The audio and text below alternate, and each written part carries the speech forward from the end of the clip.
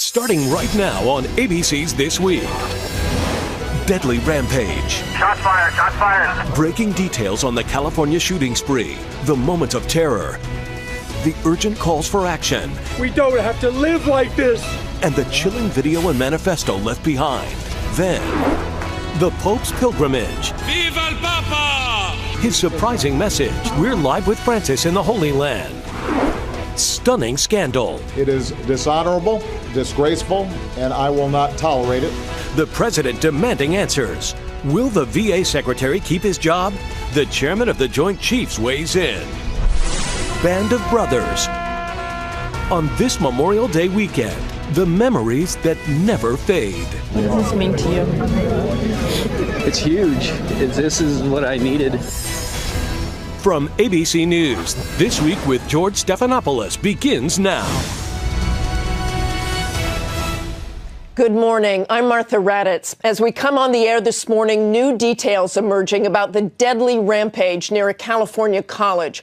10 minutes of terror when 22-year-old suspect Elliot Rodger opened fire, triggering a deadly chase with police. In this disturbing video, Rodger called it a day of retribution. Here's the latest. Police say there are at least 10 crime scenes, 7 people dead, including Rodger, son of a Hollywood director. Investigators also confirming 3 interactions with police months before the shooting spree. So were warning signs missed? Our experts weigh in shortly, but first let's go to ABC's Clayton Sandell outside one of the crime scenes. Clayton? Martha, normally I would say good morning, but right now it is not a good morning here. Isla Vista is a community in deep sorrow. Behind me, the apartment complex where Elliot Rodger lived and where police say he murdered his first 3 victims. As shocked residents of this Santa Barbara community grieve, a clearer picture is starting to form of 22-year-old Elliot Rodger's twisted plan, a plan he'd apparently been working on for months. Tomorrow is the day of retribution. The day in which I will have my revenge against humanity. In this YouTube video posted the day before his rampage, Rodger reveals one motive, his rejection by women. Girls gave their affection and sex and love to other men, but never to me. He lays out his plan to exact revenge in a rambling 141-page manifesto. He writes, I found out that the sorority with the most beautiful girls is Alpha Phi sorority. I know exactly where their house is, and I've sat outside it in my car to stalk them many times. According to authorities, Rodger drove to that sorority house and started banging on the door. Fortunately, no one opened the door. And shortly afterwards, witnesses reported seeing 3 young women who were standing outside in the vicinity, shot by the suspect.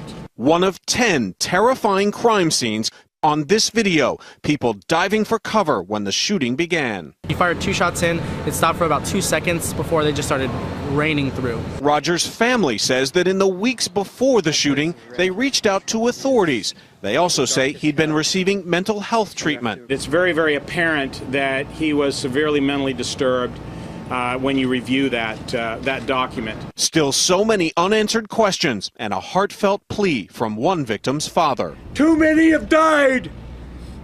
We should say to ourselves, not one more. Now, of the 13 people who were injured in this attack this morning, 6 of them remain in the hospital. Martha?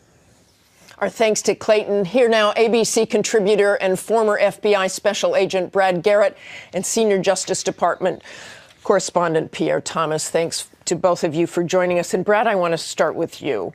We talked about these 3 interactions with police where deputies actually saw him, talked to him. The last was April 30th. They went over there because his mother apparently had concerns about his safety, whether he was suicidal, had seen some videos, not the one we just saw, had seen some videos prior.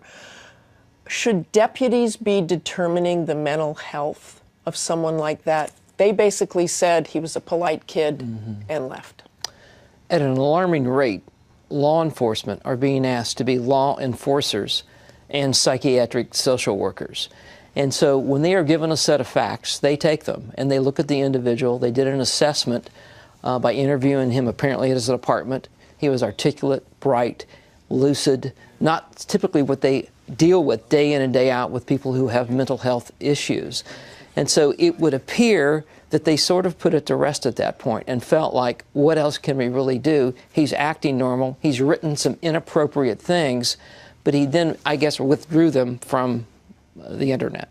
Pierre, let me go to you. So what could law enforcement have done? Let me read from the manifesto that Roger wrote. Right. As soon as I saw those cops, the biggest fear I had ever felt in my life overcame me. I had this striking and devastating fear that someone had somehow discovered what I was planning to do.